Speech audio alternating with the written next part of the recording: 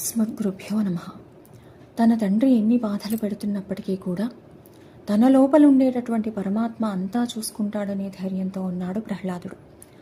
ఆ ధైర్యాన్ని గమనించినటువంటి స్వామి తన ఉనికిని నిరూపించడం కోసం ఒక స్తంభాన్ని తల్లిగా చేసుకొని వచ్చాడు.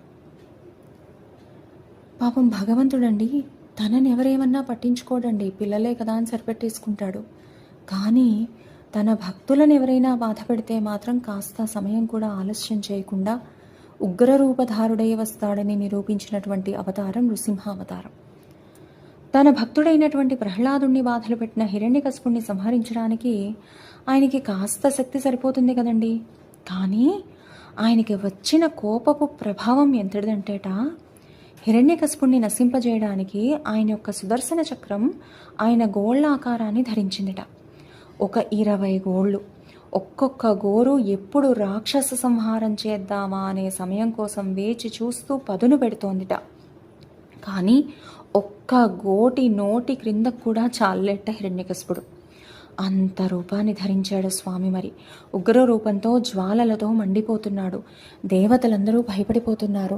వెళ్ళి బ్రహ్మగారిని ప్రార్థించారట, వెళ్ళవయ్యా కాస్త ఆ కోపాన్ని ఉపశమింపజేయని చెప్పి. కానీ ముందు బ్రహ్మగారే భయపడిపోతున్నారు. ఎందుకంటే వరం ఇచ్చింది ఈయనే కదా. ఆ చూపు కనుక ఇటువైపు తిరిగితే వరం ఇచ్చినందుకు ఏమంటాడు అని చెప్పి భయపడుతున్నాడు ఈయన.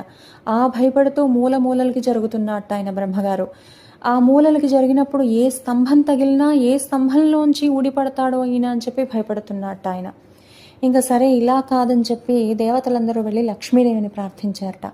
ఆవిడ కూడా పాపం చేతులెత్తేసింది. ఇంతకుముందు ఎప్పుడు నేను కూడా ఇలాంటి రూపాన్ని చూడలేదయ్యా, నేను కూడా ఏమీ చేయలేనందిట ఆవిడ.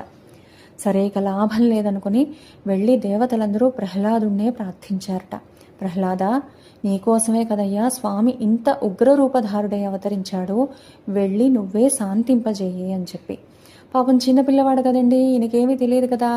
వెళ్ళి కాళ్ల మీద పడ్డాట. ఆ భక్త స్పర్శ తగలగానే స్వామి కాస్త శాంతించాట.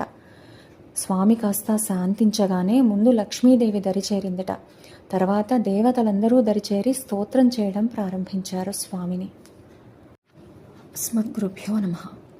తన తండ్రి ఎన్ని బాధలు పెడుతున్నప్పటికీ కూడా తన లోపల ఉండేటటువంటి పరమాత్మ అంతా చూసుకుంటాడనే ధైర్యంతో ఉన్నాడు ప్రహ్లాదుడు. ఆ ధైర్యాన్ని గమనించినటువంటి స్వామి తన ఉనికిని నిరూపించడం కోసం ఒక స్తంభాన్ని తల్లిగా చేసుకొని వచ్చాడు. పాపం భగవంతుడండి తనని ఎవరేమన్నా పట్టించుకోడండి, పిల్లలే కదా అని సరిపెట్టేసుకుంటాడు. కానీ తన భక్తులను ఎవరైనా బాధ పెడితే మాత్రం కాస్త సమయం కూడా ఆలస్యం చేయకుండా